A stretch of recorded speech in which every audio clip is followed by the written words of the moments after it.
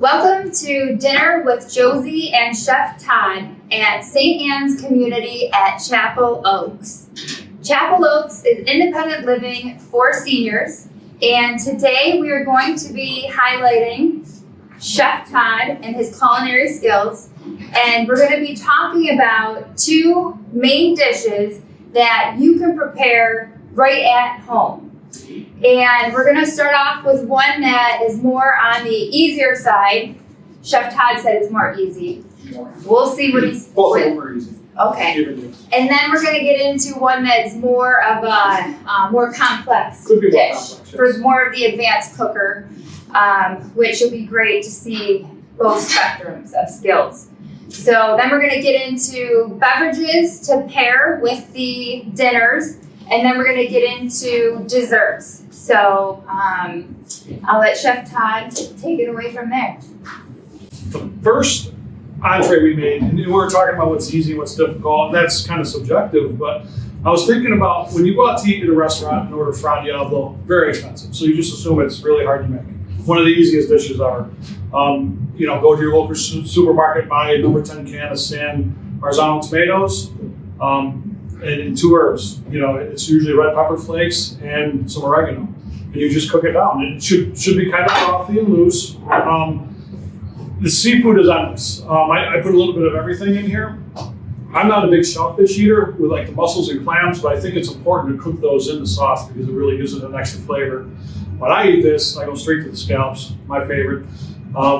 You can also serve this with pasta, but when I make it, the pasta's kind of heavy. I want to enjoy the sauce, so I would rather have some nice baguettes, and that's what we have here. This is the ciabatta baguette, real simple, stuck in the oven, slice it up.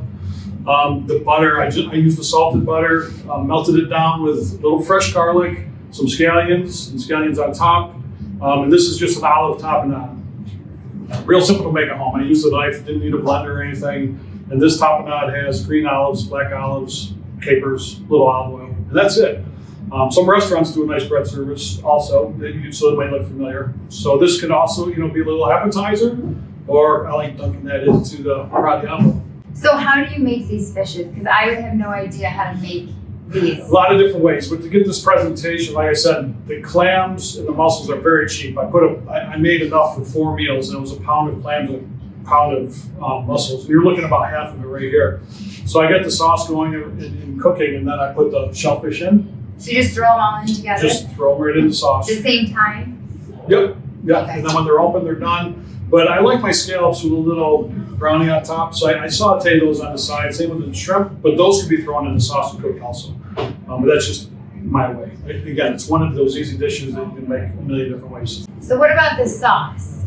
How would you make the sauce? Very easy. Like I said, the local supermarket has the number 10 cans. It's about 6 pounds.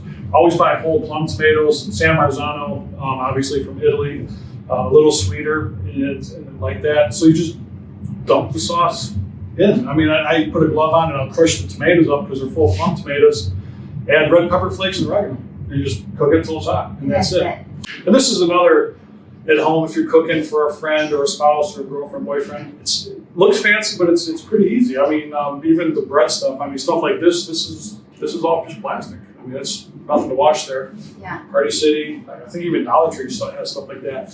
So you can take a loaf of baguette bread, put it on a cutting board, make it look like that, and you can make this at home look this nice.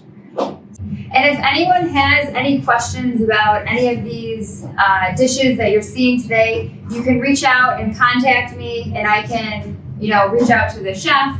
And my number, in case you want it, is 585-697-6606. So you can reach out to me anytime. Or if you'd like a tour of Chapel Oaks, you can reach out to me as well. We always love that. So now the next dish. What do you got for us? The next dish is, it's a butternut ravioli, and we cooked it in a brown butter sauce, a sage brown butter sauce. It is garnished with some mushrooms and 2 different kinds of sage. The fresh sage on top is more for decoration, but I took some sage leaves and finished it in the brown butter, so they're nice and crispy and buttery, and they're delicious, almost like chips. Okay. I put this as the more difficult one because the way I made it wasn't difficult. But if you wanted to make raviolis, I mean, you could make this more difficult. And browning butter, it sounds like it'd be difficult, but as long as you're sitting there watching it, you can do it yourself. So what is it? Brown butter. The key to making brown butter is not using a dark pan. Use a light colored silver pan so you can actually see the color change. That's the key. And basically what you're doing when you're browning butter or to a burnt butter sauce is you're evaporating the water out of it and you're browning all the milk fats in it. So with this one, it starts to get a little darker, and then I'll put the sage leaves in and it'll cook for another couple minutes and put the mushrooms in there so they finish cooking. And it can get too dark and it changes flavors definitely throughout, but when you get that nice color like that, it's got a nice nutty flavor to it, and it's nice. And it's not drenched in butter. We just toss the raviolis in it and we pull them out. I have it set on a fresh bed of spinach. Yours, you can see it better. So it's just the raviolis and the mushrooms and the sage on that, and the combination's horrendous. We did this a couple weeks ago at Chapel Oaks for dinner, but we used walnuts instead of mushrooms.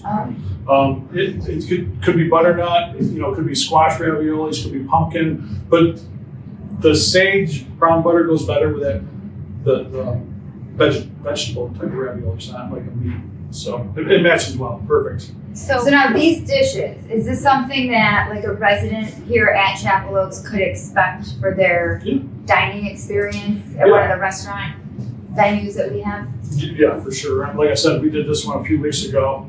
The only difference was we added walnuts instead of mushrooms. I've never done the Fra Diavolo because it's a spicy dish. We try to stay away from real spicy things here, real salty things. But last Saturday, we made homemade polenta cakes with seared sea scallops. So we have 4 scallops, 4 polenta cakes, and asparagus. So that was last Saturday.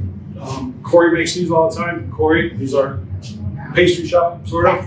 All homemade. 90% of all of our desserts are homemade. I was asking him, he's been making these for years. So I just let him do his thing because they're delicious. And I asked him today how he made them. 2 ingredients in these. Really? And then he stuffs them, yeah. But the technique is cooking them, but it's something you can easily make at home too. So. Okay. So do you want to move into desserts?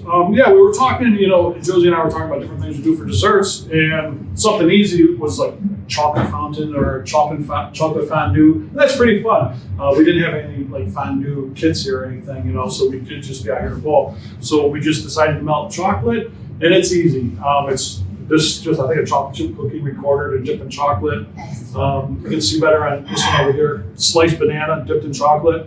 I think that's good. Yeah, with bananas you want to dip the whole thing in chocolate because they turn black if you don't. So, and then strawberries, obviously.